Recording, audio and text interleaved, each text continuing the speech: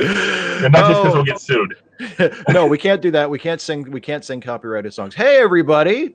Welcome to Pierre the Chef. Let's hope that it works better this time than it did last time. Last time, well, we're going to talk about that. But first, as always, I want to introduce my very good friend and co-host, my buddy Christopher. How are you doing, my friend? Oh, I'm doing all right. Mentioned you before the show, a whole bunch of house repair going on as far as, routing and swapping out a freezer and discovering all the fun parts when you have the Allen wrench hex nut with the peg in the middle, so you don't have the right part. You have to actually go out to Ace Hardware, Pedro's down on Main Street, and buy a pack of like screw heads that are all the different abnormal type shapes, just to get the one that you need to complete the job, since all the stuff that was in the freezer is now sitting in a cooler getting warm. Yeah. and take a kid off to college, and Excitement City. It's been busy. It's been an eventful week. I like that. I like that you told the home improvement story and then you just dropped and sent a kid off to college anyway, as an afterthought. Yeah, well, it's that happened further back. Yeah, your memory of that isn't as sharp. No, it's Well, I wrote a whole thing on Facebook about it. I think you saw it. I don't know. Yeah. And it's it's, what can you say? I mean, it's just part of the whole growing up parenthood thing. Eventually, they go off on their own. Yeah. But back to the screw thing. Doesn't that? I mean, okay, obviously that annoys you in the moment, right? Because you have this thing to do and you see this completely alien screw head but doesn't it also piss you off, like, on a more philosophical level? Because, like, what is the point of standardized tools and hardware if they can just do that to you? If they can just throw out, like, oh, by the way, here's the thing, it's not even a hex head. It's like a hex head with like a little pole in the middle of it. It's not just an Allen wrench. It's like a Starburst 6-point Allen wrench. But it's not just that. It's also the one that has the peg in the middle. So that if you have the 6-point star Allen wrench, but you don't have the one that has the little inset in the center, it won't fit on, and you still need a different part. It's like they're just going nuts. People have this part. We need to make up a new one to make them buy something else. Capitalism. Yay. Yeah, it feels like it feels like we've been cheated somehow. It feels like somebody is pulling one over on us, And you bought 2 screwdrivers? You think that's going to be enough? Oh, no. And then you bought an Allen wrench? You think that's going to cover it? Fuck you. We've got this whole different thing. What about a star? You got a socket set with one of those star head attachments. Fuck you. That's not enough either. And then they're going to switch over from 6-pointed to 7-pointed ones. So they'll use prime numbers so that you can't use any of. You have to get the exact specific one. It's like ridiculous. It's like they got headphone jack sizes standardized, and then Apple said, "Screw that, we're not even doing headphone jacks anymore." Yeah, we're not even gonna have one. What do you think of that? We won't even have a headphone jack. Actually, you know what? I discovered this embarrassingly recently. Just like within the last couple of weeks, right? Because I have a smartphone now, and congratulations! Thank you very much. I have joined the early 21st century. It was I figured it's been 10 years since they introduced them, so I might as well get one. But I got it last year, and I've had it for a while, and I know how to use it and everything, and it's become like a part of my body now. You know what I mean? Like it's just grafted itself onto my flesh. But I just realized that there's a little hole at the bottom and a little hole at the top. And I just realized a couple weeks ago, and I tried to plug something into it, that those are not audio jacks. Those are microphones. And that's kind of an important distinction. I'm having trouble hearing you. The problem is that my computer is acting a little bit here. Oh, you're jumping a little bit. Are you okay? Can you hear me? Yeah. I can hear you, but my computer is like frozen up. Like I can't actually. Yeah. Oh wait, did it? Hello. Are you still there? Can you hear me? Yeah, I think. Yeah. Can you hear me? Are you okay? I think so. Let me get back over. Yeah, you seem okay now. whatever happened, it was pretty bad for a bit, and then it just sort of sorted out. I don't pretend to understand. Weird. I'm turning off the screensaver because it kicked on several times there, and it was bothering me. So, because That's a good call. Steve and I are always experimenting with new things, trying to get this to work after the fiasco last month. Yeah, so let's talk about that. Yeah, we had a turn. We didn't plan it this way. Yeah, we had it turned out to be kind of a phantom episode. Yeah, we had an episode in May, and then we did not actually do one in June, and then we did one in July, and that was a nice laid-back episode. We talked about music in general terms, music we like, and there were problems with the stream. The I guess you saw on your end the signal strength was really low for most of it. Yeah. And what ended up happening was the YouTube upload. We did our normal about hour and a half, and the upload was only 45 minutes long. Yeah. Because it was buffering, and then it would kick forward to the current moment, and it kept doing that. So half the episode was missing. So Steve just took that down because there's no point when half of it's not there. Yeah, and that's a shame because that was a really good show. Yeah, we need to wait like a year and then just do that again and just like talk about the same subject because absolutely. I've already said we're going to do that. We could that make it even easy, as if it wasn't easy enough, as if we didn't have a total lack of preparation as it was. We can just do a live action instant rerun. Exactly. Actually, we ran into that problem for when Jason and I's late seating podcast, and that one was accidental. But it was completely my fault. Like the problem was totally on my end, where we recorded an entire show. Actually, that's happened twice now. But the second time it was Jason's fault. But the first time it was my fault, and I think it was. I can't remember which was which. One of the times the movie we did was Armageddon, and the other time the movie we did was The Sandlot. But for the Armageddon one, we went back and actually did it over again. But we waited like a year. Like we just said, okay, this is a lost episode. We just won't have an episode this week. And I think Jason put up like a rerun or, put up like an audio file from the old YouTube version of the show that we used to do instead of like the new episode. And we went back and did the Armageddon episode again, like a year later. And, enough time had gone by that we had forgotten what we said, and we still had to watch the movie again, which for me was, okay, I guess I could watch Armageddon again. There's certainly better movies you'll be watching, but there's certainly worse ones as well. Yeah. Armageddon's one of those that like you have to be in a certain mood for it. Like if you're in the mood for just complete garbage, and you're of a mindset that you can just watch it and laugh at it and just be like, oh, how much worse can this get? Then it's a fun movie. It's like it doesn't matter how close the asteroid gets to Earth, as long as you dig in this specific distance before you blow it up, everything will be fine. Yeah, it's like, aren't they out of time? Didn't the clock run out or something? They blew the asteroid apart, but isn't it still going to crash into the planet? No. They're digging to the point where when the bomb goes off, the asteroid pieces will shoot up at a 90-degree angle from the old exactly. Old path, and everything will be fine.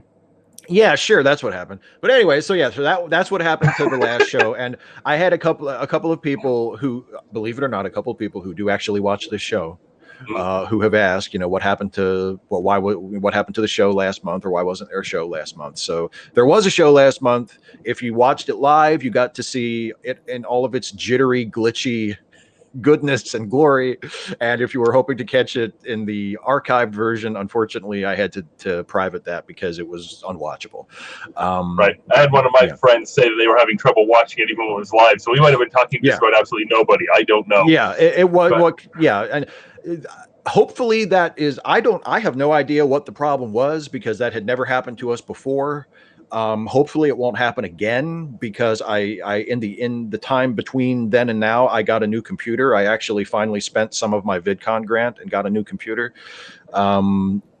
So I streamed my Ask Away stream Friday night with it and streamed at the 1080 resolution rather than 720 resolution.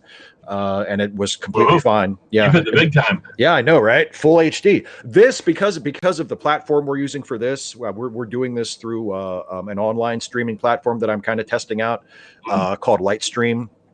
And that only allows us to stream at 720. So this is 720, and my Patreon hangout that I just finished was also in 720 because it was on the same platform. But if I'm streaming directly from my encoder, I can go 1080 full 1080 HD, and it's just fine. So hopefully that won't be a problem. We've used Google, we've used Skype. Now we're trying Lightstream. So yeah, and you really don't notice any difference on the end, but it's just. Sorting it out. I'm having some interesting with Lightstream here, just because instead of just seeing what is going out on the stream, I've got my picture over here, and I've got Steve's picture over here, and I've got Steve's desktop image here, and I've got the stream output over here. So when I'm talking, there's 3 of me on the screen, and none of them are synced. Yeah, exactly. You can see actually, and the reason why you can see the desktop, I'm wondering if I do this, can you still see the desktop image? Yes. You can still see it? Okay. Yeah, I'm not concerned about it. No, I know. It's just different. Yeah. Some fascinating back end, behind the scenes look at what's going on here for everyone who cares about that, which is Bueller. Yeah. See, and here's a little behind the scenes dope for people. The reason I have, and nobody else can see it. I'm sharing my screen with the stream, but it's hidden except for Christopher, who can see it, but you can't see it on the air. But the reason I'm doing that is so that I can share my system audio with the stream. So if we do Who's Garbage Now, and I click the little video to play the intro for that there's a sound effect that plays along with it that hopefully people watching will be able to hear, but Christopher can't hear it for some reason. Yeah, we've already tested that. We've tested it. So, but that's the explanation for seeing the screen share. But yeah, so. And I've got a big white block in the corner for chat that says chat is disabled for this live stream. Right, because that would be for the YouTube chat, for the live chat, which is turned off, because I don't want people to watch this and be chatting with each other in the chat room. I want them to pay attention to us. It's bad enough when I have it turned on for my Ask Away streams and they're in there talking about whatever and they're not hanging on my every word. And when you say us, you mean you. Me. Yes. I mean, I'd like for them to pay attention to you as well, but if they don't, I mean, that's no skin off my ass. Yeah, you'll get by. No, I'll get by. I'll be okay. But so anyway, I feel like that's how you know where we stand. I feel like we're kind of, we've covered what happened to the last show. Mm-hmm. We have a topic for this month that hopefully will be a lot of fun and interesting to people. But I feel like we're dancing around the main question that I know is on everyone's mind, which is, and I think you know where I'm going with this. Where's Pierre? Pierre was actually here an hour ago. He contacted. Yeah, we know. He said he had something that was going on, but he was available. He wanted to at least do the beginning of the show and drop in and say hi, and then we started later than normal. Are you kidding me? I wish I was, but no.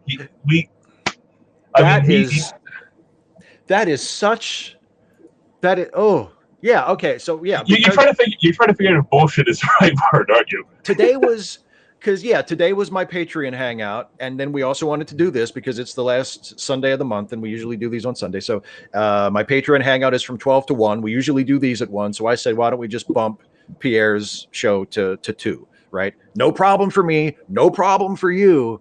Apparently, Pierre didn't get the memo, turned up at 1 for the show. That's perfect.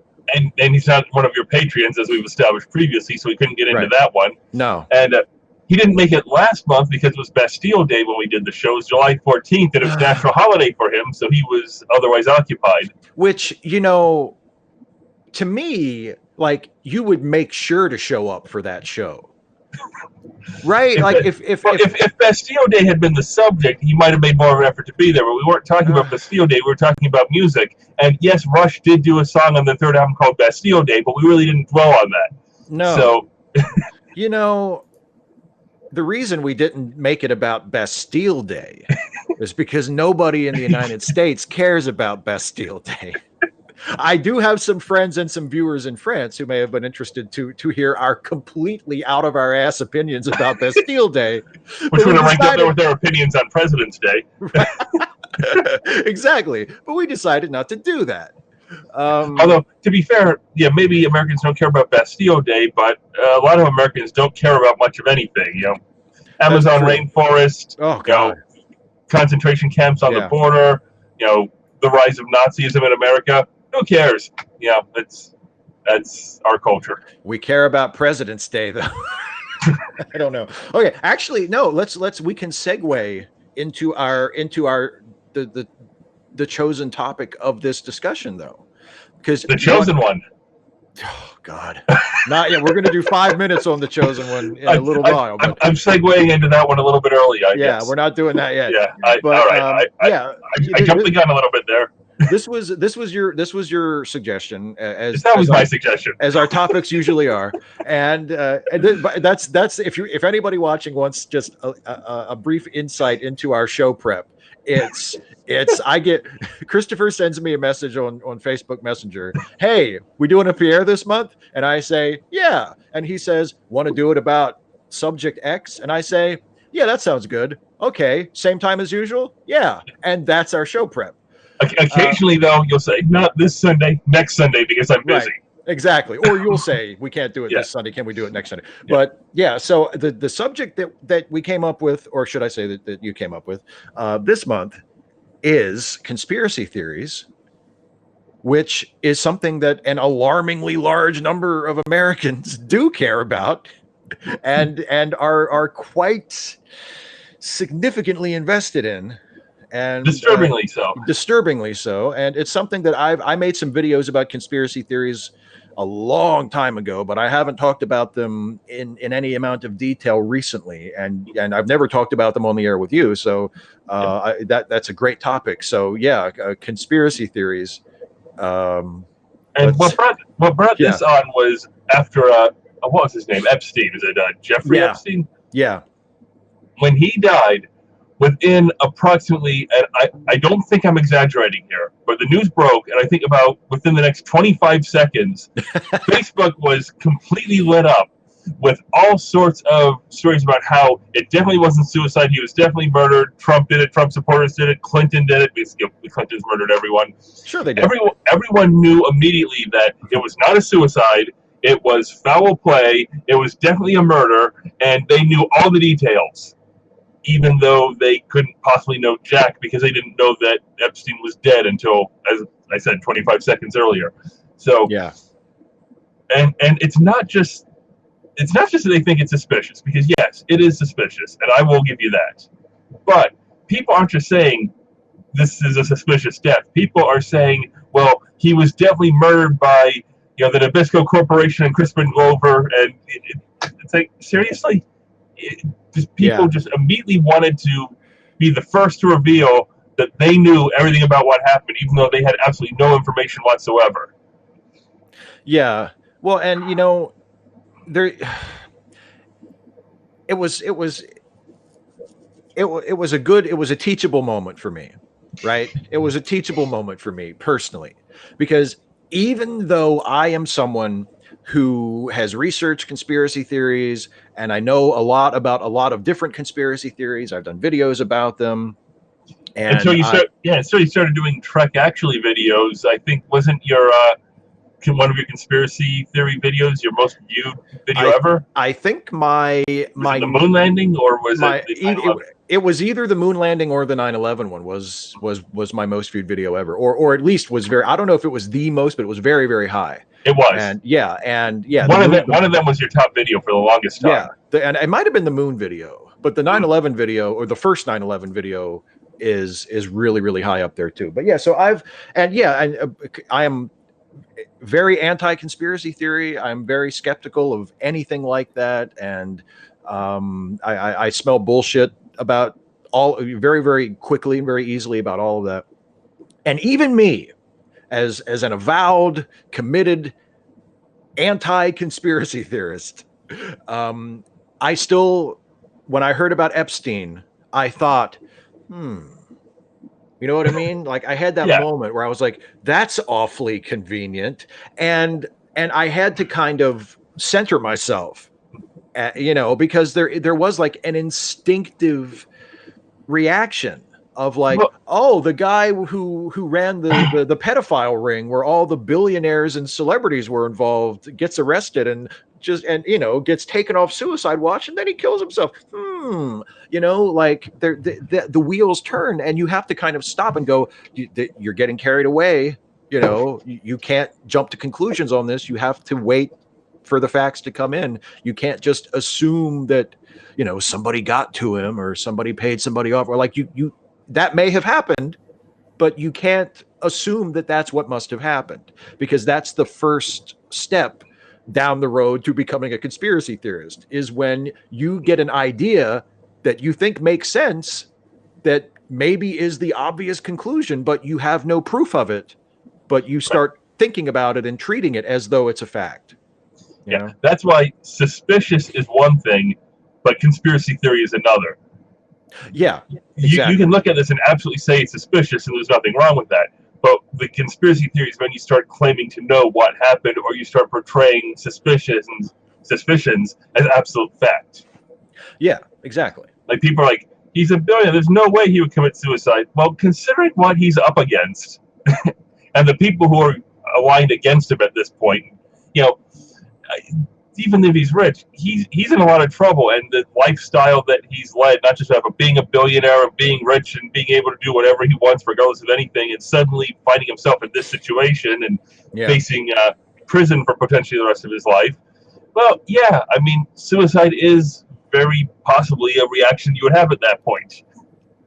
And is something that happens, there are a lot of people who are, whether they're billionaires or not, who find themselves in that situation and choose that route if they're able. I mean, if they're able to have enough time alone to do it. That's why there is such a thing in the criminal justice system, or the penal system, as suicide watch, because it happens often enough that they have a name for the procedures that they do to try and prevent it. A lot of people who are in what they perceive as a hopeless situation, where they know first of all, they know that their dirty laundry is going to come out, that everybody's going to know what they did, and they're probably going to go to prison for the rest of their lives, or for a very big chunk of their lives. They feel like that's it. Like there's nothing else that they can do, and so that's that's the choice that they make. And yeah, I guess it comes down to like, what is the most what is the most obvious answer, right? Is it the conspiracy, or is it this guy who did a terrible thing and got caught, decided to kill himself? And here's where conspiracy theories tend to fall apart, with just that. Is this the most logical explanation of what happened? See, there's the place where most conspiracy theories break down completely is when you ask, how is this the most logical explanation for what happened? Right. Why would this be the way that it was done this way? A lot of the 9/11 conspiracy theories involve, the planes were landed and the passengers were evacuated, and then the planes were sent on their way and the people were disposed of elsewhere. It's like, how is that a logical way to handle things, instead of simply they died when the plane crashed? Right. And what are you trying to accomplish with that? That's another one that was always a big problem. What are you trying to accomplish with this? What was the goal of this conspiracy? See, I think that a lot of this comes from, part of it is people want to think they're smart, or appear smart, or believe themselves to be smart without actually going through the effort to be smart. So they, if they can convince themselves that these things are true, then they can believe that they're the knowledgeable one. And Alan Moore had a great quote about this. He had said, I have to look this up here. The main thing that I've learned about conspiracy theory is that conspiracy theorists believe in conspiracy because that is more comforting. The truth of the world is that it's actually chaotic. The truth is not the Illuminati or Jewish banking conspiracy or the gray alien theory. Yeah. The truth is far more frightening. Nobody is in control. The world is rudderless. And I think that's where a lot of it comes from as well. A lot of people find it a lot more comforting to believe that smart and capable people, even if they're evil, are the people who are in control, as opposed to the thought that it's just random and things are happening without rhyme or reason. There's comfort in believing that there's an active purpose behind it, even if it's an awful purpose, rather than these things just happen randomly and indiscriminately. Yeah. Well, it's like what the Joker says in The Dark Knight when he's visiting Harvey in the hospital. Is as long as there's a plan, nobody panics, even if the plan is horrifying. And yeah, I think that is. And whoever had this timestamp in the first Batman reference for this wins the office pool. Hey, woo-hoo! I can't believe we got we got 25 minutes in, and before there was a Batman reference. Although, if you count my Nightwing T-shirt, it was instantaneous. But but yeah, I mean, I do think that is a lot of the appeal of conspiracy theories in general, is that people are more comforted by the notion that somebody is pulling the strings, as opposed to nobody. Like, it's not, and it's not. I don't think it's not accurate to say it's chaos. It's not chaos, but there's a lot of it that is out of our control, and there's a lot of it that is out of anybody's direct control. Like, there's a lot of stuff that you just have no power over that happens, and you just have to roll with it and do the best you can. And people are I think quite rightly very scared by that. But that's the deal. Like, there's not a lot we can do about that.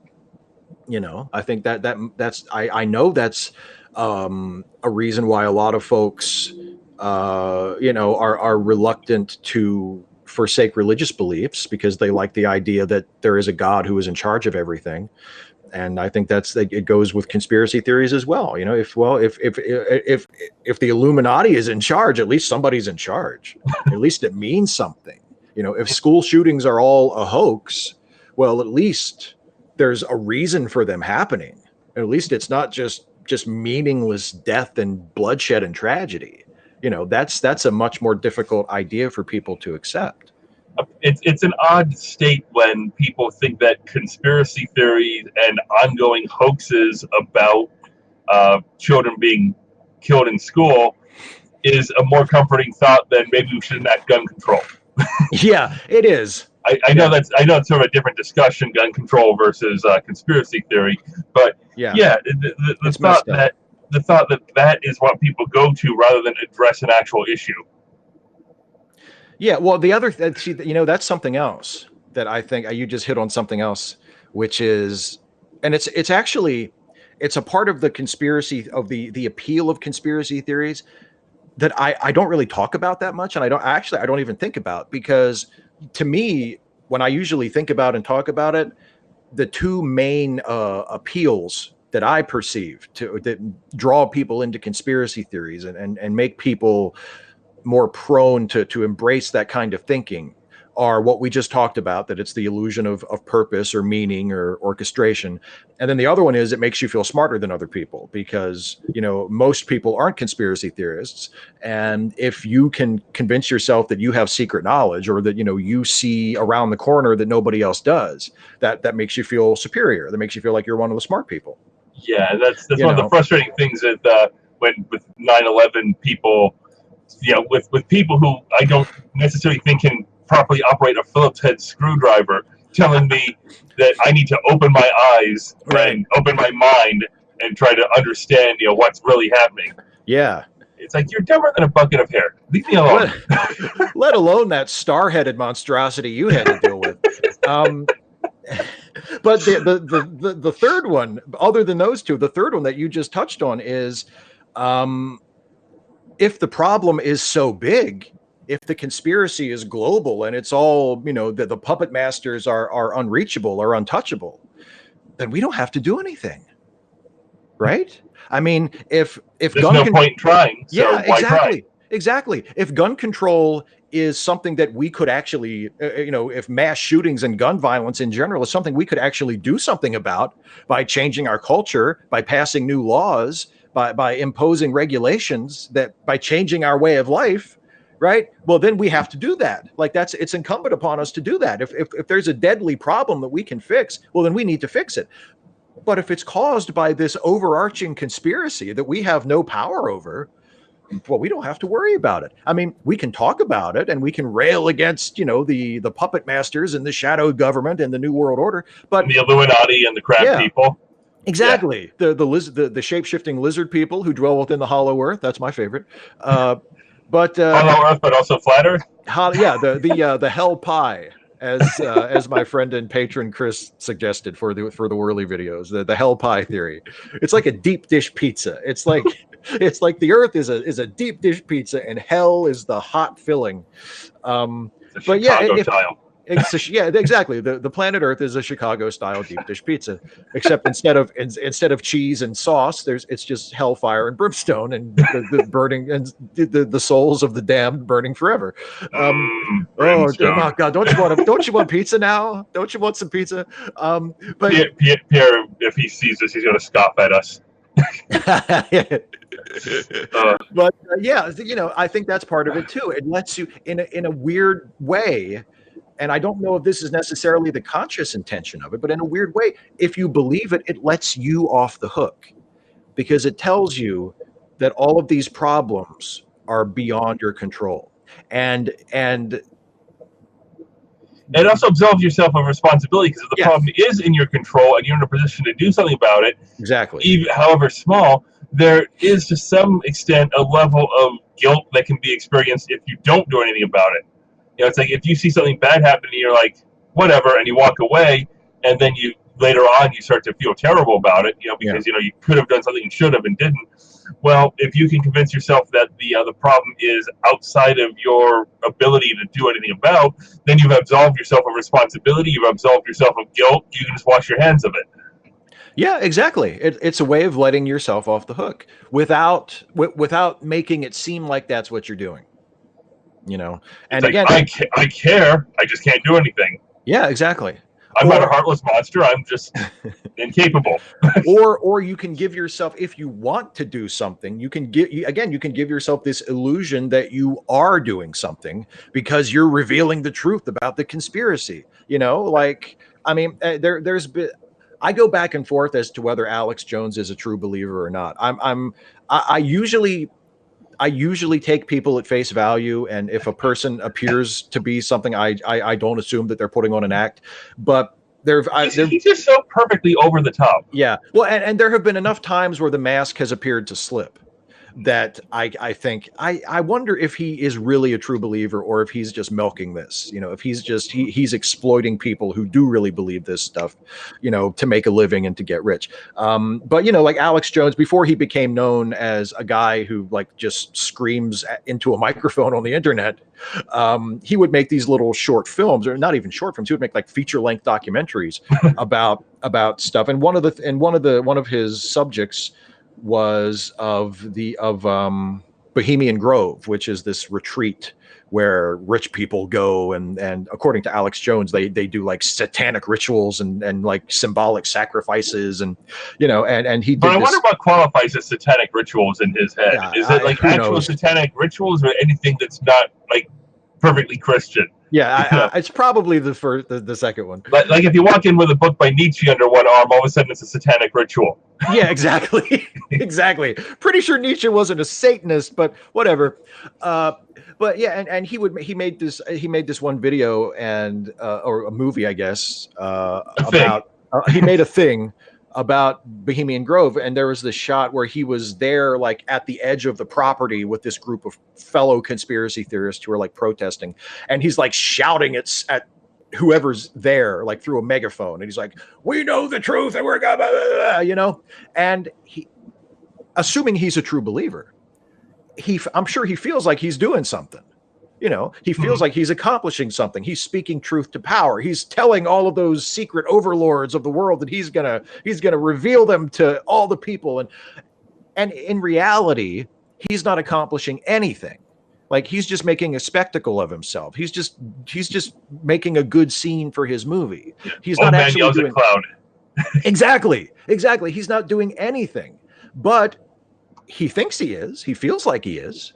And that's something that if believing in a conspiracy theory gives you, you feel like, well, I'm making as big of a difference as I can make. I'm sharing the truth with people, and you don't have to actually do anything productive, and you certainly don't have to get involved in any kind of real, meaningful political action, because that's all a sham anyway. Right. I mean, getting involved in the political process is a waste of time because it's all a sham. They're all puppets anyway, Mm-hmm. So, although if they really believe that, they wouldn't be working so hard to keep people from being able to vote. But that's another. Well, yeah, there is a certain inconsistency there, isn't there? Well, there's always an inconsistency in conspiracy theories because they're really not well thought out. You've got a conclusion that something's going on here, and then you just graft pieces on at random until you have something that you think is good enough to share. But because I think conspiracy, there's not just the ones about wanting to feel smart, but I think some people like Jones push them just to promote themselves. Oh, for sure.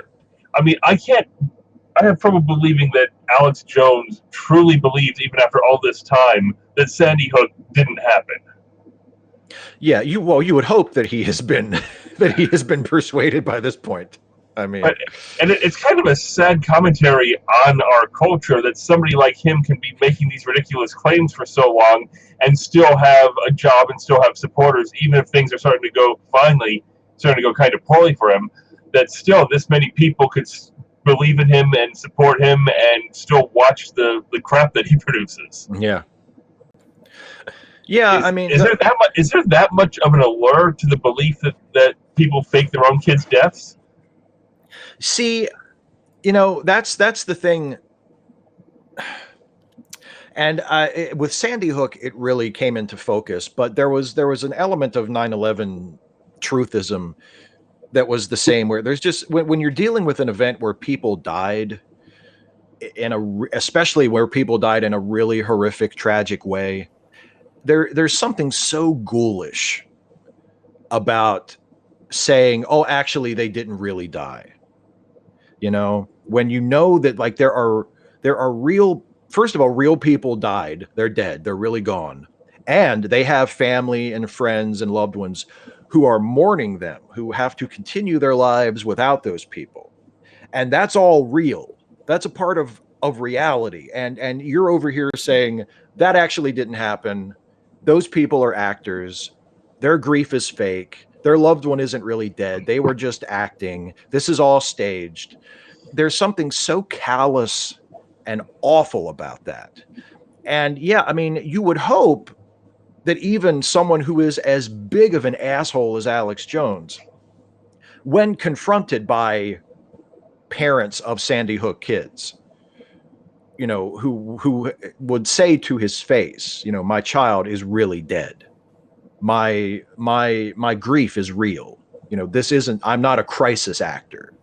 That he would be moved by that. You would hope so. Like you would hope there's enough of a kernel of humanity in him that he would be able to see that, okay, this person's grief is real. This person didn't just walk up to me, because they're playing a role that they've been paid to play. You would hope so. But I mean, would I want to bet on it? I don't think I would, Because that's one of those dismissals that you hear sometimes, like conspiracy theories, they're kooks, but they're not hurting anyone. But yes, they are. They are. Some of these Sandy Hook family people lost their kindergartners, first graders at Sandy Hook, and since then they've had to move like a dozen times because they're being harassed by people, they're being doxxed, they're being threatened by people who, spurred on by people like Alex Jones, are still harassing them and insisting that they're not for real, that they didn't actually lose anyone. These people have had to move repeatedly. They've had their entire life, as if having your own child murdered isn't enough of a catastrophe in your life and doesn't enough of an upheaval. Yeah. Now they're having to continually be on the run from people who are harassing them, claiming that what they went through isn't real. Conspiracy theorists are hurting people. I said, as far as and you got all these anti-vax things that are all based on a single article that has since been retracted, and the people who published it have been they've had their licenses removed because they falsified the research. But people still believe this, even though there's a very clear trail from where you are back to a completely falsified and disproven article. People still believe that. And I had said at one point that anti-vaxxers are worse than 9/11 truthers, because 9/11 truthers are telling stories, ridiculous stories about how these people died, but anti-vaxxers are actively causing additional deaths. Yeah, exactly. I mean, and you're right. They cause real harm in the world. I mean, I also think of the dipshit who walked into the pizza shop with a machine gun because he thought that there was like child sex slavery happening in the basement. Oh yes, Hillary Clinton is running a child sex ring out of the basement of a pizza shop that does not have a basement. That does not have a basement, which you would think would be research you'd want to do just to have your bases covered before you went in there armed. But yeah, and there's also it stuff like that. Like the Sandy Hook denialism and what fed that. Like when I remember when right after Sandy Hook happened, and people like Alex Jones, I think Alex Jones specifically did this, and there were other people who did this as well. They would scrutinize videos of grieving parents and presume to analyze their body language and analyze how they were behaving, and they would say things like, well, people don't grieve that way. That's not how a parent who has lost a child acts. And you're right, because that was something that struck me about that. I was thinking of before, where there's footage like a parent who you see times and like chuckles or laughs a little bit, and people are like, oh, a grieving parent wouldn't laugh. It's like you're doing, it's an emotional release. Yeah. And you need emotional releases, and they're not all going to be, weeping and wailing and screaming at the sky. No. When Scotty died, we shared stories. We laughed a bit. We were hurting badly, but we laughed. We were able to tell stories. We were able to joke a little bit and to try to have smiles on our face and feel a little bit better about things. You don't have the right to tell other people how to grieve or to judge them for how they grieve. And especially when it's clearly they are grieving. They're not putting on, they're not doing it for any personal gain. They're people who are legitimately grieving. Yeah. It's an area where that presumption that things that you don't know really can get you in trouble, because you don't, first of all, unless you have experienced something like that yourself, you don't even know how you'll react. And hopefully you know yourself better than you know any other person. So unless you have been, in this case, a parent who lost a child, and specifically who lost a child in an unexpected way, in a violent way, like you don't know how you would react if that hasn't happened to you. And even if you do know how you would react, because that has happened to you and you remember how it felt to you, that doesn't mean anybody else has to react that way. Right. That's a very good point. Like other people can react in a way that was completely different to yours, and it's still valid. It doesn't mean that, well, when my son was killed, I wasn't cracking jokes. Okay, well, that's fine. Whatever you did was okay. But if that father or that mother felt the need to make a joke or to laugh or whatever, that means absolutely nothing regarding the genuineness of their grief. And it's really shitty to suggest anything else. Like, it's just really shitty. Like, I did just at the bottom of it. Like, wow, you're an asshole to say that about someone who just lost their child. Not acting like a grieving parent. Fuck you. Who the fuck are you? But Alex Jones is the sort of person who waits for stories like this to happen, because when mass shootings are opportunity. Oh yeah, absolutely.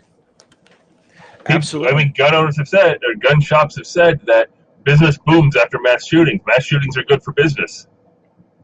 Yeah, and they're good for Alex Jones's business too. Because everybody goes to him expecting him to tell them the story. expecting, if there's if there's a mass shooting or some kind of major terrorist attack or whatever, they tune into Alex Jones that night and they know what he's going to say. Something's not right about this. This doesn't look right.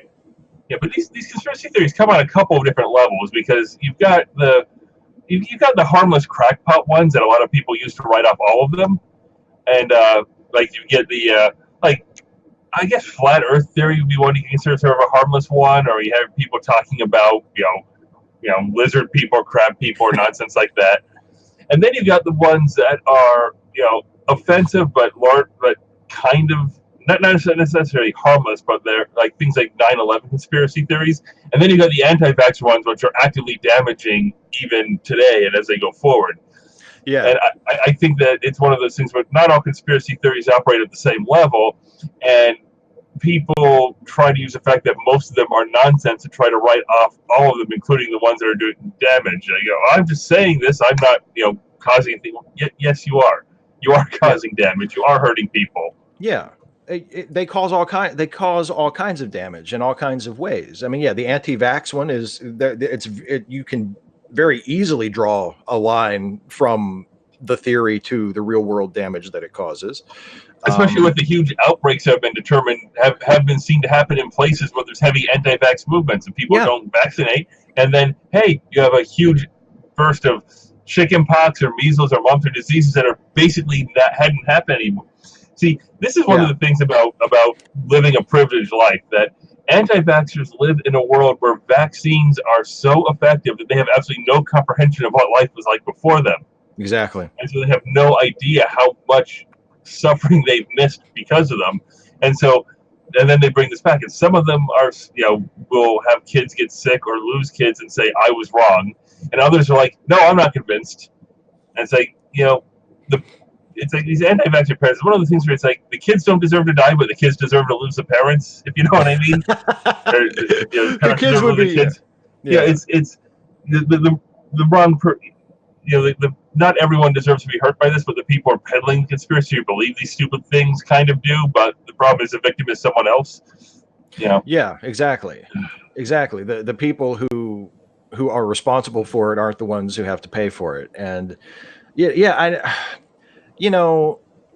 part of it is, and you touched on it a minute ago, where you were talking about how a lot of people just try to wave off all of it as just like, oh, it's just people just believe silly things, and what harm does it cause? Let people, if somebody wants to believe that Oswald didn't shoot JFK and it was the Mossad or the CIA or whatever, what harm does that cause?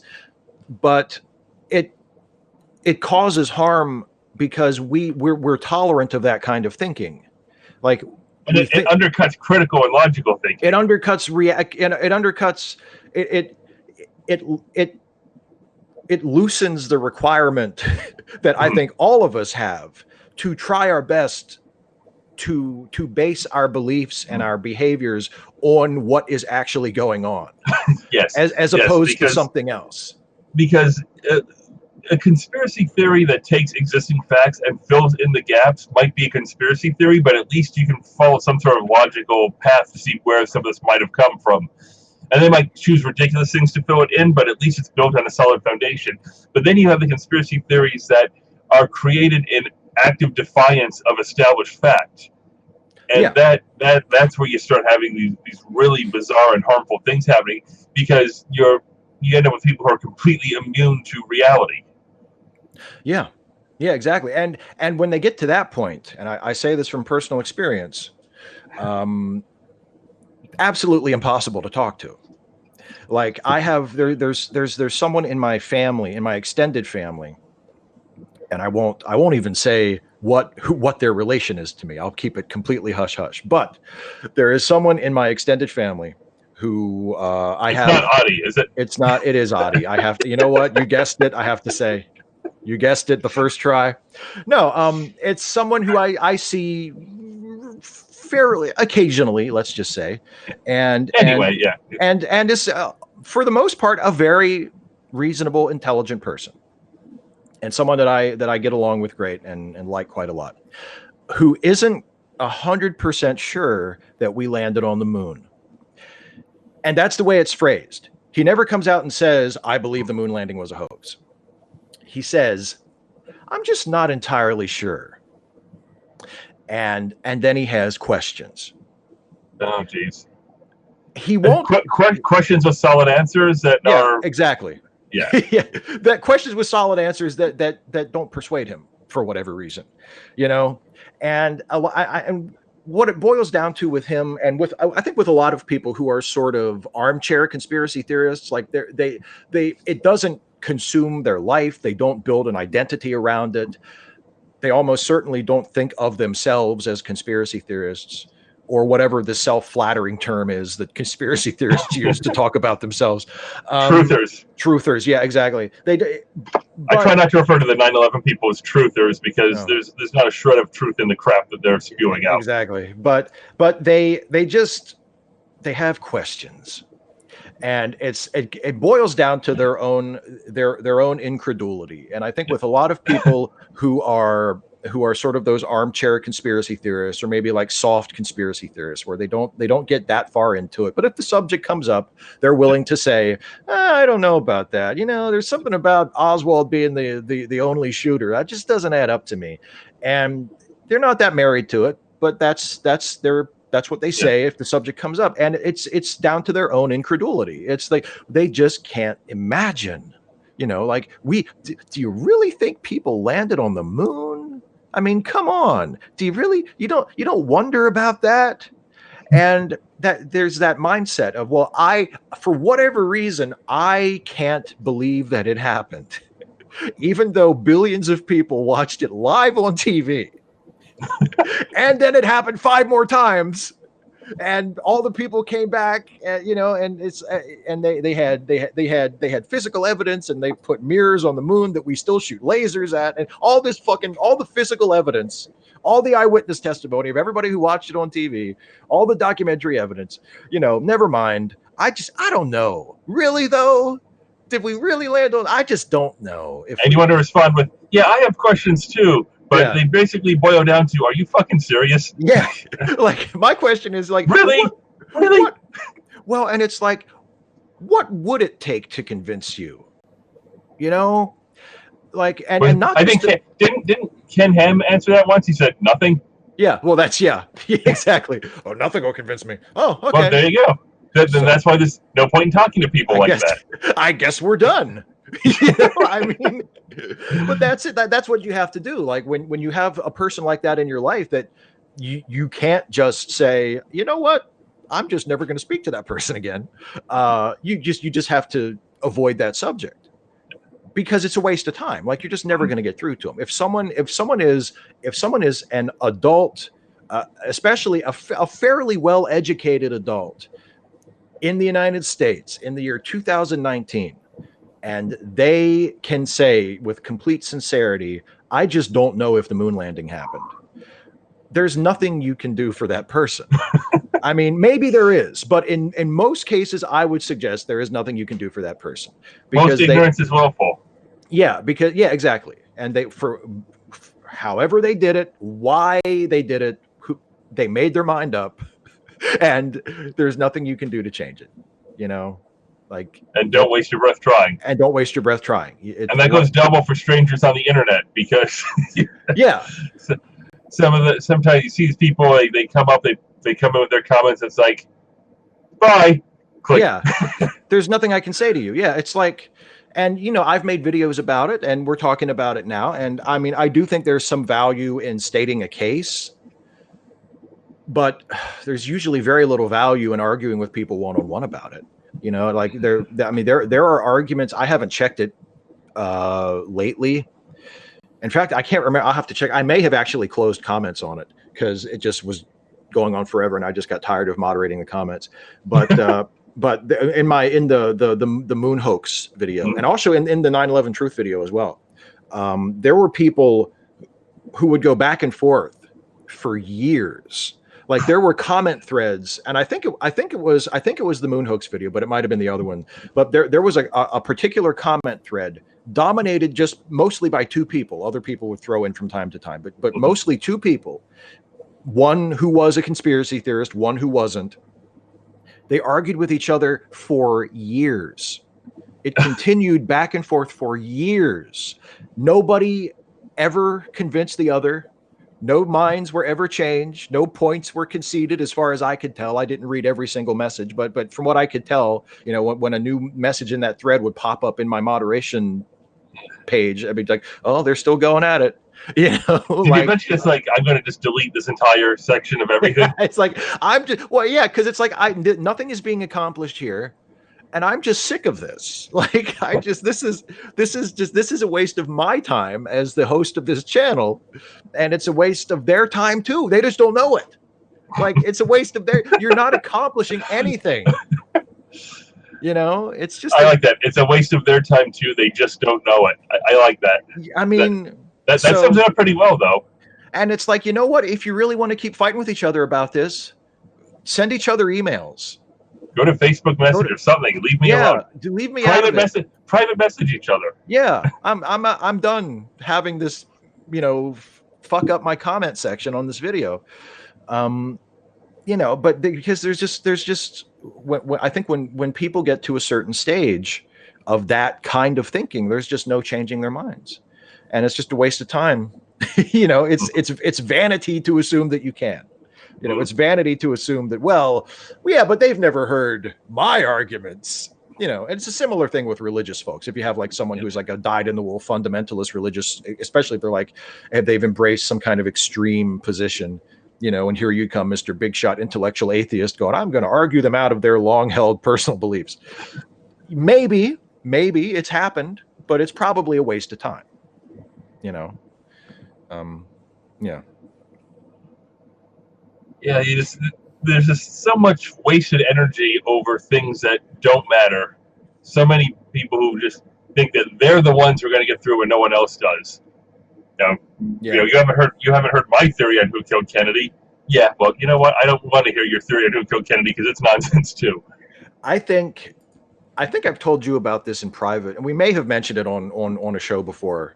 I can't remember, because I know conspiracy theories have come up occasionally in our discussions, but we've never done like a show just about them. I think they came up when we did the 9/11 episode, but that was a while ago. I think maybe that might be what I'm thinking of.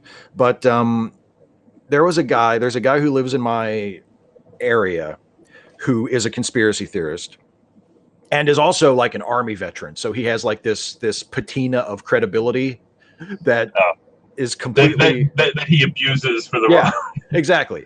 Completely unwarranted, but he can lead with that. He can say, "My name is blah blah blah blah blah. I was served in the U.S. Army for however many years, and I was kidnapped by aliens 14 times." Exactly. Yes. It makes him sound credible, even though he's not. Is that the Simpsons movie where Tom Hanks said the U.S. government has no more credibility, so they decided to borrow some of mine? Exactly. It's nowhere near where anything is or ever was. So and he gave a presentation at one of our area libraries once that I happened to be in attendance for, and it was about the JFK assassination. And it seems like every JFK conspiracy theorist has their own pet idea of what actually happened. They don't agree with each other. They all contradict each other. They all interpret different facts and different suppositions in different ways. Well, that's how fiction works. Yeah, exactly. and this guy, he was my favorite of all the JFK conspiracy theories I've ever encountered, because his pet theory of what actually happened basically boils down to all the other conspiracy theories are true. Like, basically everybody's right. No matter who you think actually killed JFK, as long as you don't think it was Lee Harvey Oswald acting alone, you're right. If you think it was the CIA, yeah, it was the CIA. If you think it was Israeli intelligence, yeah, it probably was. If you think it was the mafia, yeah, it was the mafia. And if it was J. Edgar Hoover, whoever, yeah. And he actually he painted this picture of Dealey Plaza where there there was not one person attending the drive-through who wasn't involved in killing him in some way. I mean, basically, like he had this, he painted this picture where there was just this ridiculous number of gunmen that he was proposing were there, right? And not only that, there were all these gunmen who were there to kill Kennedy, and somehow he only got hit once. I don't know how that happened, if everybody was fucking shooting at him from all different directions. But there were people there, according to him, there were people there who didn't need to be there, who were just there to watch. Because that's how political assassins work, right? That's how, if you're like, let's say you're like the CIA, because that's the George H.W. Bush connection. If I want to assassinate somebody and I want credible deniability, I'm going to be present when it happens. Exactly. Haven't we learned anything? How many of them were time travelers from the future? Exactly. Well, probably about half of them, you would have to figure. Yeah, and like he said, he zoomed in on this frame from, I can't remember if it was from a photograph or it was from the Zapruder film, but zoomed in on this frame of a guy who was standing along the parade route as Kennedy drove by right at the time that the assassination took place. And he tried to convince us that this guy was George H.W. Bush, who at the time was in the CIA, right? And that's true. George W. Bush was involved in the CIA, right? Yes, that's incontrovertible. But according to think. this guy, yeah, maybe not. This guy in this picture, who looks nothing like George H.W. Bush, and really looks nothing like anybody, because it's a blurry picture. You couldn't tell who it was. It's just a human being in like a trench coat and a hat standing, and there's no facial detail. You can't tell who the fuck it might be. It could be anybody. But he says that's George H.W. Bush. And he's there because he just wants to watch the show. So someone who is a known person in the CIA has had some kind of a role in planning the assassination of the president of the United States. And instead of having an alibi and being in France on a boat somewhere with 20 other people who can say that's where he was, he's actually there at the assassination site, apparently in plain enough sight so that this dipshit can pick him out 50 years later. And he doesn't have to be there. He just wants to watch. Like, I don't know. It just it tickles me and it horrifies me at the same time. You know what I mean? Because it's like, I know. Really, yeah. There's really nothing more I can add to that. Yeah. You want to talk conspiracy theories? That's getting up top there. So yeah, I don't know. I was gonna use that as an opening to ask you what are some of your favorite conspiracy theories that you've heard, like that are just like the wackiest or the weirdest or maybe like the most offensive to your principles or to your humanity. I gotta admit, most of the things like that I hear don't stick with me because they're so ridiculous that I tried to devote too much brain cells to them. So you have stuff like probably the most offensive, I think, is the anti-vaxxers, because like I said, they're actively killing people. And beyond that, some things though, you hear something and it's just so ridiculous that it's like, I don't know if this person has both oars on the water, and I'm not even comfortable making fun of them for this because it's so far gone from reality, Sometimes it's just, sometimes you feel bad when you hear things like this because even the people need more help than you're capable of providing. I think I don't want to just throw mental illness out there as a cause of conspiracy theories, because it's not. But it's the sort of thing where certain types of mental illness will lend themselves to believing certain completely ridiculous things or adding tremendous meaning to the most innocuous details and ascribing meanings that aren't there. And so sometimes I read these things and I laugh, and sometimes I read them and I just feel bad for the person who actually believes it.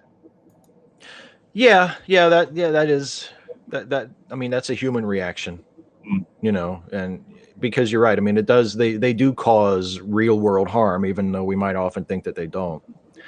And a little bit of it. Part of it.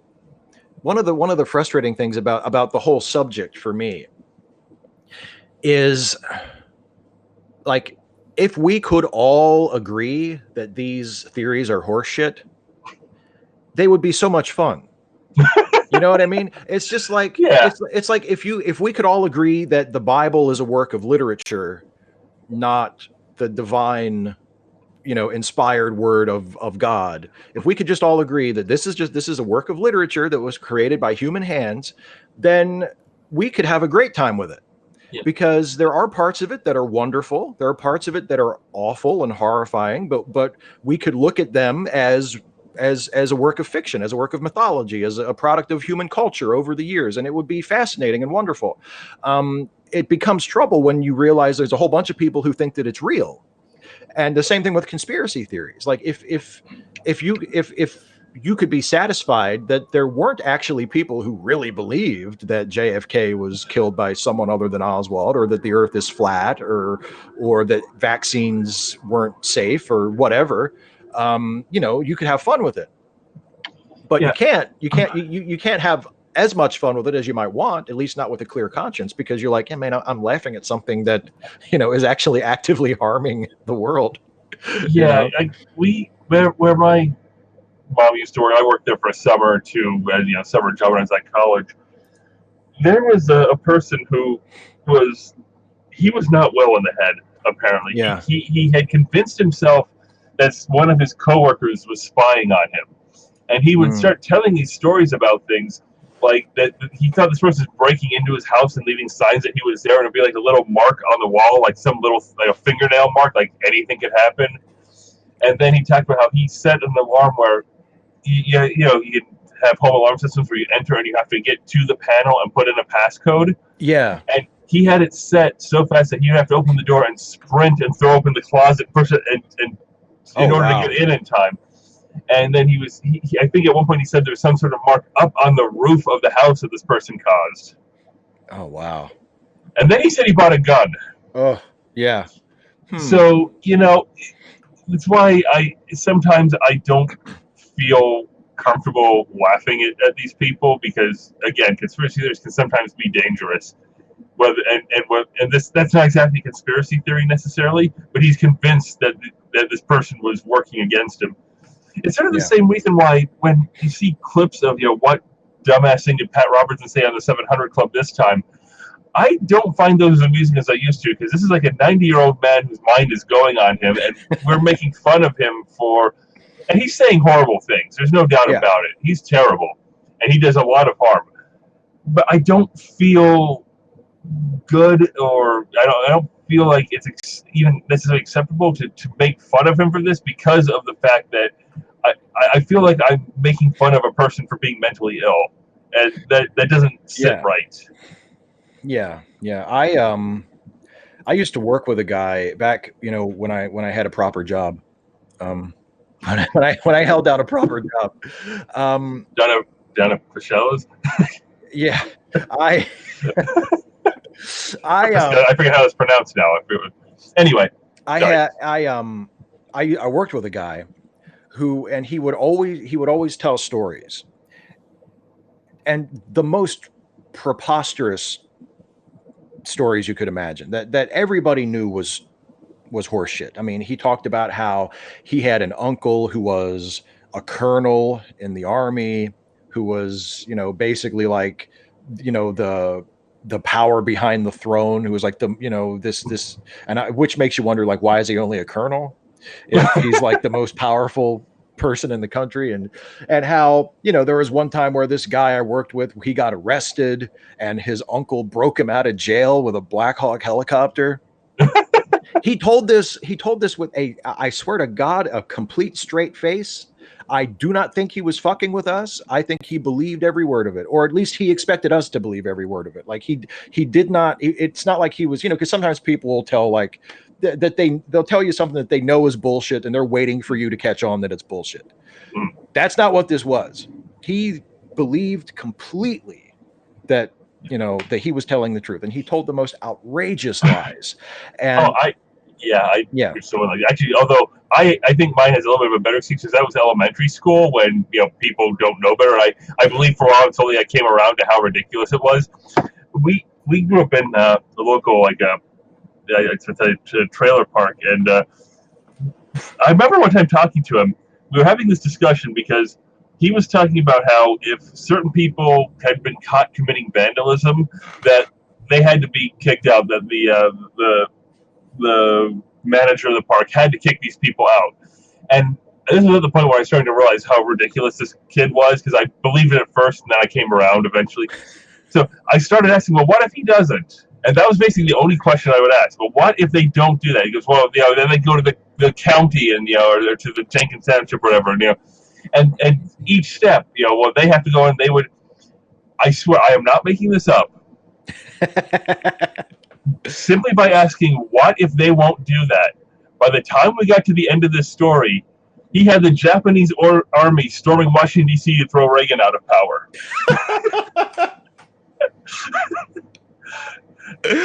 Oh, yeah. It's just over a matter in this nowhere trailer for a minor incident that he says should lead to a person being evicted. And before he was done, he had the Japanese army invading Washington, D.C. The guy. We could use some of that now, though. Yeah. Like, can the Japanese army still come? Like, should we segue into the 5 minutes of Trump here? Because let's do. Okay, let me. You always ask me if we want to, and the answer is always no, but we will anyway. Let me get my graphic up here. Okay, and because of the way we're doing it, the 5 minutes of Trump countdown will only be visible when I'm on camera. But just trust me, everybody, it's there the whole time. All right. So the countdown has begun, and why don't we just start with this one? Apparently, Trump is the chosen one. Only he was just kidding. He was just kidding. Yeah, he was testing the water to see how that would fly. Yeah, because exactly. That's what it is. Because that's how these always work. You see what's the most ridiculous, horrific thing you can say, and you see how far is acceptable, and that you just stand there for a while until it's normal, and then you push further. And I've been posting occasionally that imagine the reaction if Obama did that. Because oh my God, can you imagine if Obama called himself like the king of the Jews and said that he was the chosen one? Could you imagine the reaction if Obama had done that? I mean, I can imagine it. It would be very different from the reaction we saw when Trump did it.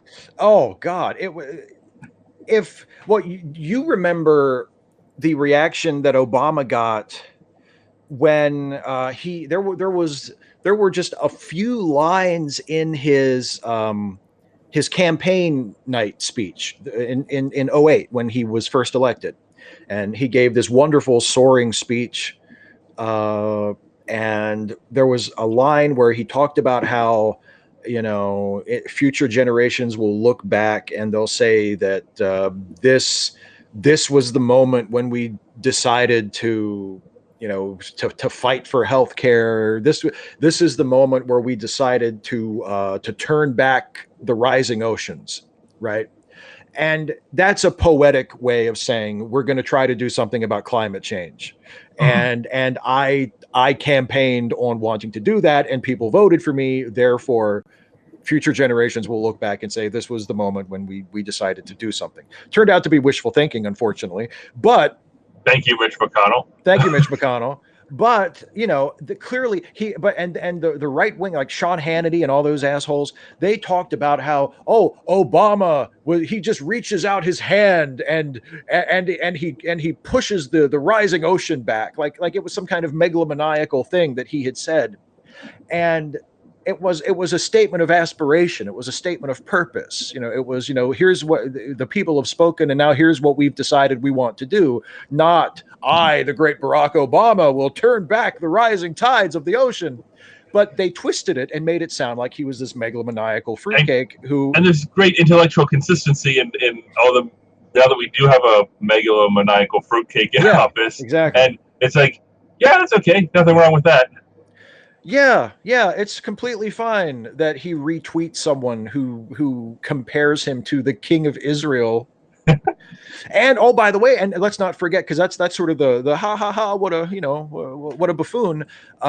He also has repeatedly said that Jewish people who don't vote for him are disloyal, which has some unbelievably dark historical connections. Because that is one of the most common charges that were made against Jewish Germans by the original. We have to call them the original Nazis now. The original Nazis, the Hitler Nazis, back in the 1930s was, the Jews are dangerous for X, Y, and Z, and also, they're disloyal. They don't have the best interests of Germany at heart. They have their own agendas, and there are very clear echoes of that when Trump says, all those Jewish people who vote for Democrats or don't vote for me, well, they're just disloyal. The Trump administration is very much horrifyingly following the Nazi playbook. Yeah. Absolutely. And people don't believe it because they don't want to believe it. But the camps, the language that's used and the rhetoric, it very much can be traced back at least as far as Nazi Germany, and very literally so. Yeah. I mean, it's not just one of the things where you don't like somebody called him Hitler. This is actually the playbook that Hitler used to rise to power. And Trump has been floating joking comments about, we'll just cancel the next election. I'll stay in power. Well, he's floating that, but he's planting the idea because he's trying to he's already trying to discredit the election process when he loses. Yeah, exactly. Because he's a man who knows that once he leaves office, he's going to get sued by just about everyone. Yeah, and hopefully maybe have some criminal charges placed against him as well. Okay, that's time. That's 5 minutes, and I'm going to hold us to this. I'm okay with that. Because God help us if we talk about Donald Trump any more than that. Yeah, that's why we limited to 5 minutes in the first place. Yeah, so that exactly. Every show would be nothing but what awful stuff did Trump do in the last month. Because an hour and a half isn't enough to cover that. No. 24 hours a day, 7 days a week isn't enough to cover that. And the news networks aren't even trying. No, the news networks aren't even trying. They're not even making a good faith effort at covering it, which is, I'll say it's a bit of a shame. To put it mildly. It's somewhat unfortunate that that the people we depend on for disseminating the news and informing the public, etc., have basically decided, we'll talk about it if he does something like really bad or really outrageous, But other than that, I know. Yeah. Makes you wonder what qualifies. Well, yeah, not enough. Like whatever their bar is, it needs to be a lot lower, because it's the same thing as the conspiracy theories. What piece of evidence do you need to convince you? Yeah, and it's the same answer. Is if you're not convinced by now, then I'm just not going to waste my breath on you. I mean, if you have been paying attention for the last 2 years, and you don't have enough yet to convince you that this guy needs to go, like ASAP. or what concerns you is not what's happening, but that it's being called concentration camps. Exactly. I'll pay lip service to that being bad, but I didn't speak up about it. I'm speaking up about the term concentration camps because that's the part that offends me. As if the baseline for concentration camps is Auschwitz, and anything less than that doesn't qualify. Right, exactly. And I was very gratified to hear I guess it was a couple weeks ago now, George Takei was on Late Night with Seth Meyers, and he was asked about does he see any parallels between his experience as a young child in the internment camps and what's going on at the border now. And he said two things that I thought were very important. First, he said, don't call them Japanese internment camps. Call them Japanese American internment camps, because that's what they were. Because the people in those camps were Americans who just happened to be of Japanese ancestry. They were not Japanese citizens. They were Americans who were also Japanese. So they're Japanese American camps. And also he said they were American concentration camps. But he said, and then he went on to say, but actually the camps at the border today are even worse than those, because even though the Japanese American camps that he was in as a child were completely inexcusable, they were set up in such a way that his parents were able to shield him from the worst of it. So even though he grew up in this concentration camp and sees it now for the evil that it was and the disgrace that it was to this country, he also has like some happy memories of growing up because he was a child and his parents were able to keep the worst of it from him. Whereas today we see children being taken from their parents. We see even in cases where the families are detained together, the conditions are absolutely abysmal and overcrowded and squalid. Like, there's no beds, there's no water, there's no soap, there's no blankets. It's throw as many people as you can into small areas as you can. And here's the thing that gets me about this. I said, are we talking Trump? We're talking just politics in general here. Let's go for it. They've reported that the people who are running these are getting paid as much as $775 per person per day. Yeah. For $775 a night, you can put these people up at a 5-star hotel. Exactly. And if you do the math, this $775 a day times 365 days comes out to $282,000, $250,000 to keep a person in this camp. 4 people would get. Yeah. If you keep 4 people for a year, you make $1 million. Are there 4,000 people being held right now? If 4,000 people are being held in one camp right now, the government is giving them $1 billion of taxpayer money, literally $1 billion of taxpayer money to keep these people in camps where they aren't even giving them water or soap or toothbrushes. And for people who are like, well, why does this concern me? They deserve what they get. It's like, all right, well, what about this $1 billion? This is another example why libertarians are so full of shit. Yeah. Oh God. Because they talk about government waste. They talk about people being free to live their lives without government interference, being able to do what they want. They talk about how the government shouldn't be wasting money on all sorts of terrible things. This hits all of those marks. Yeah. But it's not happening to white people, so they don't give a shit. Exactly. Well, the other thing, speaking about, that's a really great point about how much everything costs. And, what is the excuse for contracting this stuff out?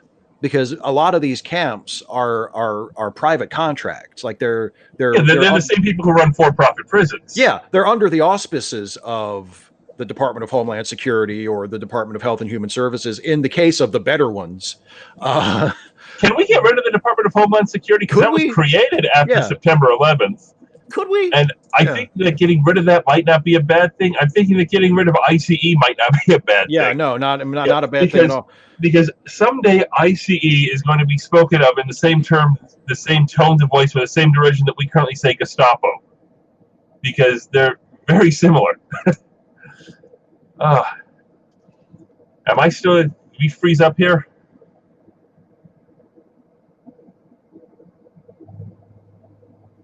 Did that freeze up there? Yeah. No. Can you hear me? Okay. Yeah, it froze up there because I had said that someday we're going to speak ICE in the same tones of derision that we currently use the term Gestapo. Yeah. And that's where we stand right now. Someday we're going to look back and this is going to be one of those things that, assuming we survive, the Amazon doesn't burn and the planet's still habitable, we're going to look back and we're going to look at ICE as one of these incredibly shameful things that is spoken of just as badly as a Gestapo, because they are basically unencumbered by pretty much any form of decency or even, in many cases, the rule of law to do what they're doing. And, the excuse that's always used is, well, the private sector can do this more efficiently than government can do it. And but you just said the statistic you just cited a minute ago, $700 some dollars a head for every person detained. That does not strike me as a particularly efficient way, cost for doing this. But that's the whole reason why we turn it over to private contractors, because they can do it cheaper than the government can. So because the government underfunds things until they don't work anymore. Right. It says these don't work anymore. We need to privatize it. Then they privatize it, and it continues to not work, but somebody else makes a ton of money off of it. Yeah, it's like even the cold-hearted, dollars and cents justification for it doesn't work. Like there is literally no reason to be okay with this. There's no level of it. There's no phase of it at any point that should be okay. But to some, they deserve it because they came here illegally. Even though if you're applying for asylum in the United States, step number 1 states you must be present in the United States to seek asylum. People who are coming to the border to seek asylum are following the correct procedures. They are not breaking any laws. They are doing what U.S. law calls for them to do to seek asylum. And so the excuse, well, they're breaking the law by coming here. Well, if they're seeking asylum, no, they're not. They're doing what they're supposed to do. Yeah. Well, I mean, it's like, and illegal entry is a misdemeanor. So next time one of you pro-Trump, anti-immigration assholes gets pulled over for a speeding ticket, I think you should lose custody of your kids. Yeah, right? because you broke the law, right? You're representing it, and that's the other thing. People, family, the family separations that are still happening are they're justified by, oh well, we determined that one of the parents represented a threat to the child, and sometimes the threat was that they forgot to change the diaper of one of the kids, one time. Or they had some kind of a misdemeanor on their record from years ago, and any excuse will do just to create some excuse of a paper trail to defend it. Any excuse. And so here's another thing: being here illegally is a misdemeanor. Hiring people illegally is a felony. But they had raided the place down there and took all the non-white people out, whether they were citizens or not, and like 600 people, and did not charge the owner who helped provide them with the fake Social Security numbers with anything. Yeah, that's the way it always goes. That's the way we talked about that a little bit on my Patreon hangout today. That they round up all the workers, all the undocumented workers, but all the people who were employing those undocumented people are free to continue. They can just find some more undocumented people who can work for them, I guess. Yeah, quite a few years around here. It's probably over a decade at this point. There was a whole thing about a TJ Maxx distribution center in the area that had a whole bunch of illegal, immigrants, Spanish and so on. And they came in, they did this whole thing and cleared them out and arrested a bunch of people and so on. And a couple months later, Mom happened to be talking to someone who said they worked up there, and Mom made a counter on that. Gotta learn how to speak Spanish, and the person shook their head and said, "No, Chinese now." That's how it works. Oh, I love that. God forbid somebody have to learn another language. They found another source of illegal immigrants. They couldn't use the Spanish ones anymore, so they brought the Chinese ones in. Yep, and that's apparently business as normal. They were penalized so badly by having everyone arrested, they just hired more people because they didn't get in a lot of trouble themselves. Yeah, not enough to change what they were doing. Because there's way too many things with business where the penalties for business are much, much smaller than the benefits, so there's no reason not to continue. Yeah, exactly. Why would you not? Even if you know it's against the law, and if you get caught, you'll have to pay a fine. Well, you do a cost-benefit analysis. You're like, well, I could afford the fine. I'm just going to do it. Yeah, I like what the one thing it said. If it says punishable by a fine, means legal for rich people. Exactly. Exactly. Exactly. It's like when a high contracted baseball player gets suspended for a few games, it's like, oh gee, that's really going to hurt. I hope he'll be okay. I hope he'll be able to make it on $1 million a year instead of however much he would have made if he was being paid for those games he was suspended. Brett Favre once apparently got some sort of issue for harassing or sexually explicit phone calls with someone or something, and ended up getting fined I think $25,000. It's like, that'll teach him. Yeah. And you see that with a lot of pocket right now. Yeah. Would you like cash or a check? Yeah. I mean, I've learned my lesson. Yeah. If you're making $25 million a year, a $10,000 fine or $25,000 fine ain't going to do much. No. Well, on that happy note, is there anything nerdy you want to talk about before we wrap up? We often try to end on a lighter note. Is there anything? Nothing springs immediately to mind. But like I said, I've been a little busy recently, so I've been kind of distracted. So didn't you mention there was? I saw something about, was it Kevin Smith is doing something involved with He-Man, and my first thought is, Oh, great! Star Wars references and dick jokes. That's just what He-Man needs. My feeling, my initial thought about that. Because yeah, okay, for anybody who doesn't know, and really, I know almost they haven't released any information about it, other than there's going to be a new He-Man series on Netflix, and Kevin Smith is like the showrunner or the executive producer, or is like Kevin Smith is the guy that is Involved. yeah.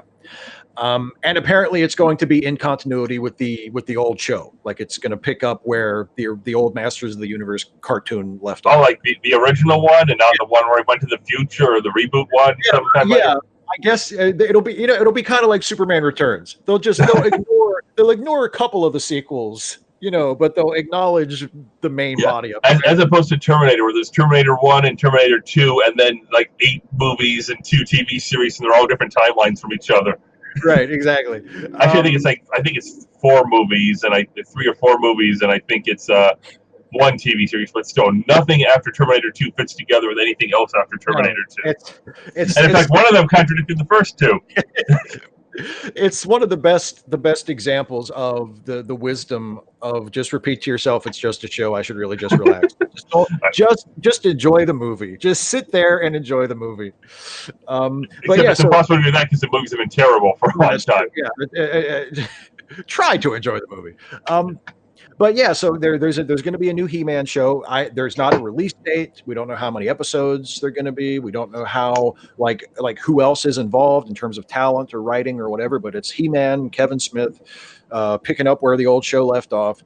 And yeah, my initial reaction was first it was excitement. It was like, oh wow, a new He-Man show, awesome.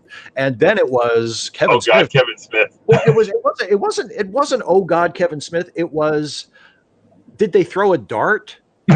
Like, because like that's not the first one. If I think of like, hey, we're gonna do a He-Man reboot animated, and we're gonna try to tie it in some way to the old show.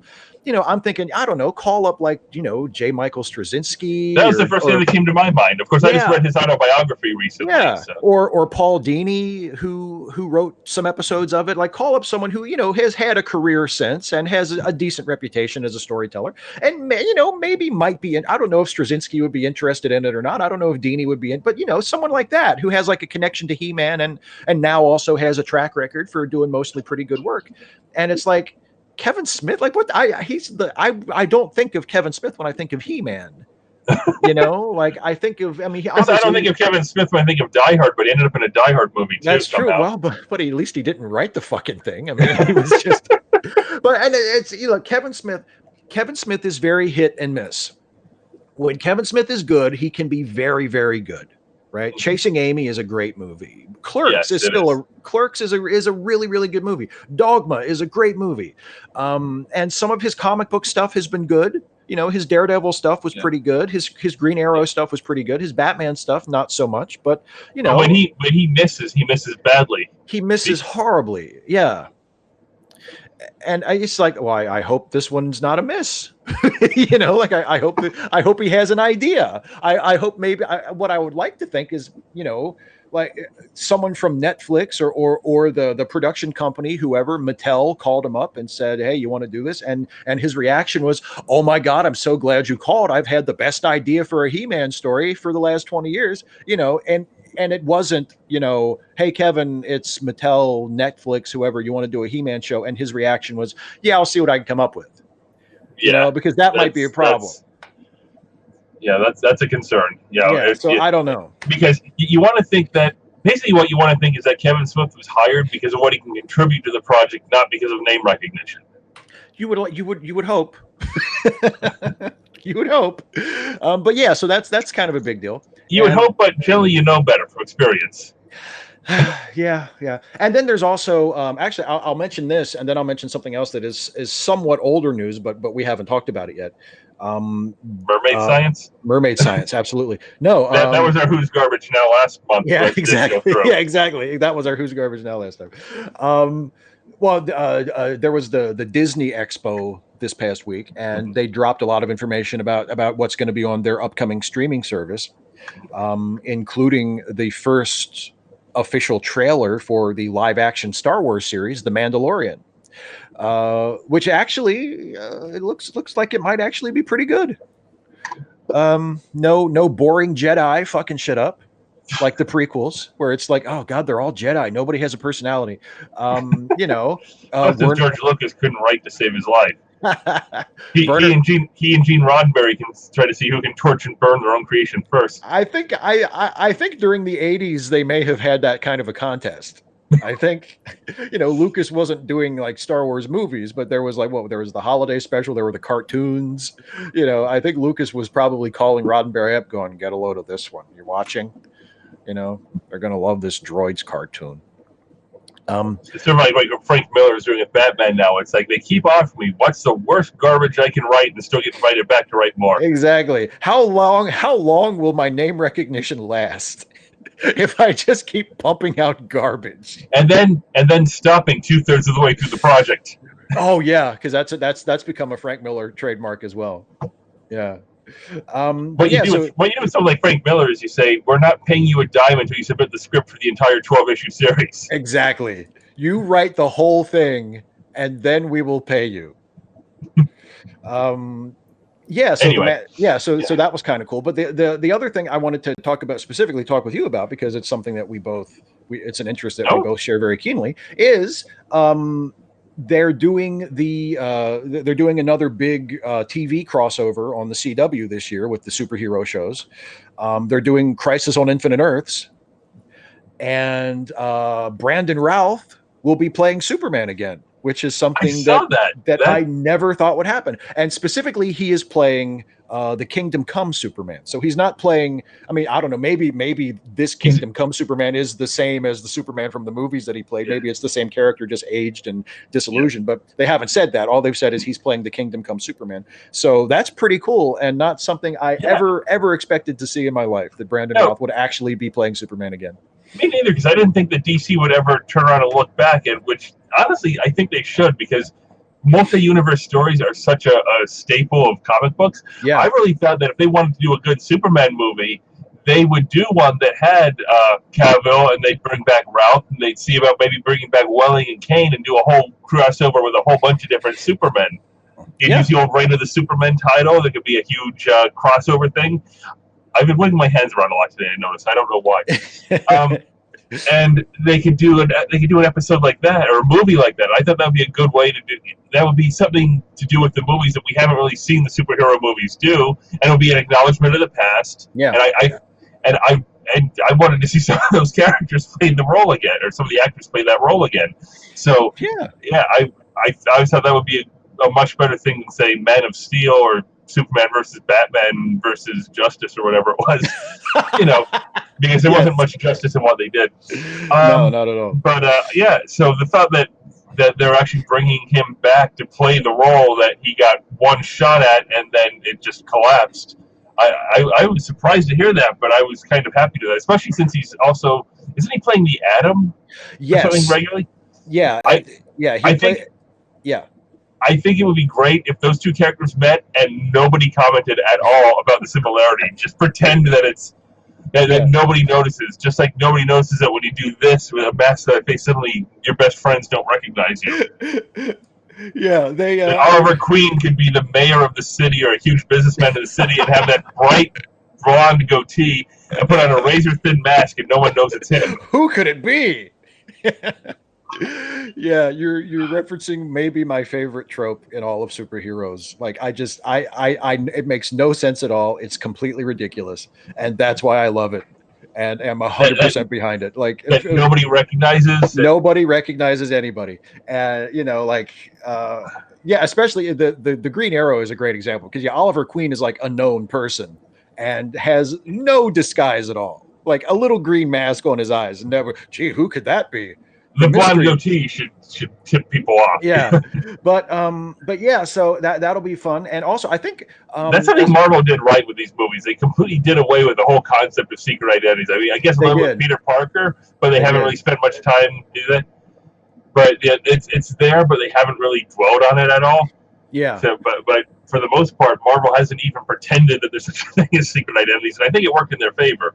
Well, I think for the way the Marvel movies have worked out, I think it's wound up good because it gives them just one less thing to worry about. Because especially at this point, when we're like about to enter phase 4, we're like almost 25 movies in, and they're all interconnected. There's enough to worry about. You know what I mean? There's enough. There are enough balls you have to juggle without having to worry about also, getting cute about, preserving the secret identity. But as far as Ralph playing both the Atom and playing Superman, I think they're going to do something else as well. They're using doppelgangers for another character as well. I can't think of his name because I don't watch Arrow that much, but there's a character on Arrow, and the actor who plays him is also going to play the Jon Stewart version of Green Lantern. And so so Brandon Routh, Superman, Adam will not be the only doppelganger. They'll be like, the Green Lantern from another universe will look exactly like this other guy who is an established character on Arrow. I really think the best way to handle that is to not acknowledge it at all. I think that'd be the best way for him to handle it. Just pretend that they're different people. They don't look anything alike. Just ignore the issue entirely. Yeah, which as I've said many times is what I think is the secret to He-Man.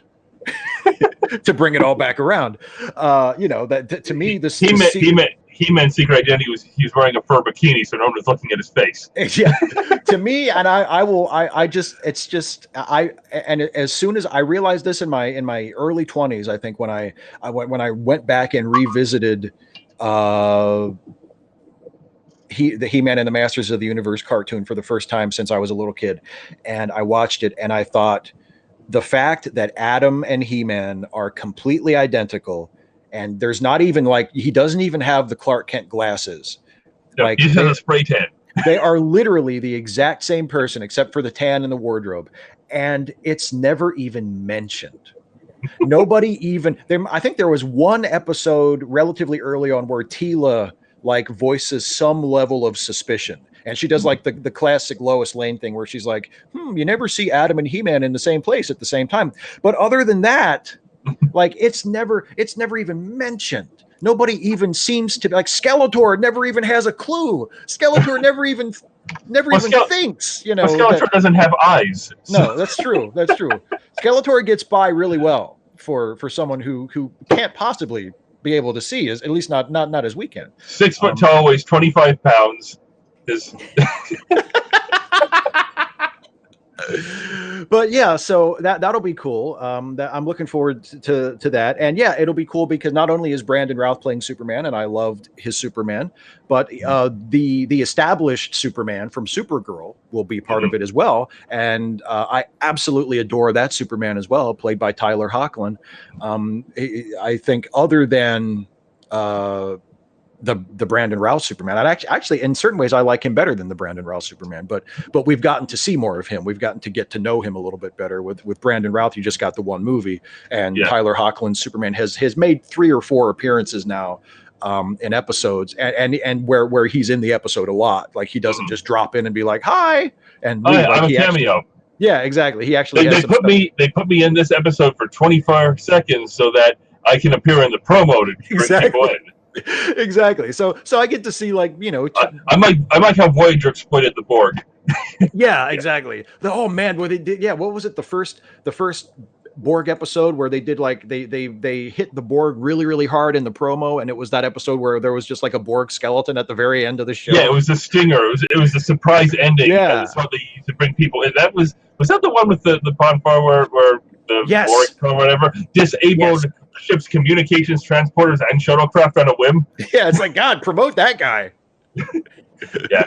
All right, now we mentioned Star Trek. We've hit everything we need to hit. I think we need to go now. Okay, yeah, you're right. We've done everything we need to do. So yeah, so this was a good show, and I think technically, we made through it. We made it through okay. Okay, we had a hiccup or two, but that was nothing major. I'll go back and see what those hiccups look like on the live stream. Maybe those were just for us, or maybe everybody got to enjoy them along with the rest of it, with both of us. But yeah, but it won't be a train wreck like last month. No, hopefully the archived version won't be just half of the show in random increments. But what we will do, we will go back and we will do that music topic again at some point in the future. Give it another year or so, and we'll just do a live action rerun, basically. Exactly. And we'll hit some of the same points, and we'll hit some of different points. And I won't be able to surprise Steve by nailing 1229 Sheffield without any reference. Yeah.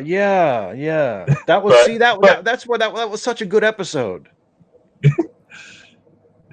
It's like, can I guess? 1229, and you just started laughing because I nailed it first try. Yeah. Anyway, I did talk about that song a lot, so yeah. Well, we'll talk about that song a lot again at some point in the future. Yes, we will. And this time, other people will get to see it. There you go. That's a tease for an undetermined future episode, if ever I heard one. So yeah, okay. We're gonna call this to a close. Thank you so much to everybody for watching. Hopefully, technically, it was a little bit smoother than last time. And hopefully, it was a lot smoother. Hopefully, it was a lot smoother than last time. And we will be back in another month or so to do another one of these. So take care, everybody. Thanks for watching. Thanks for watching.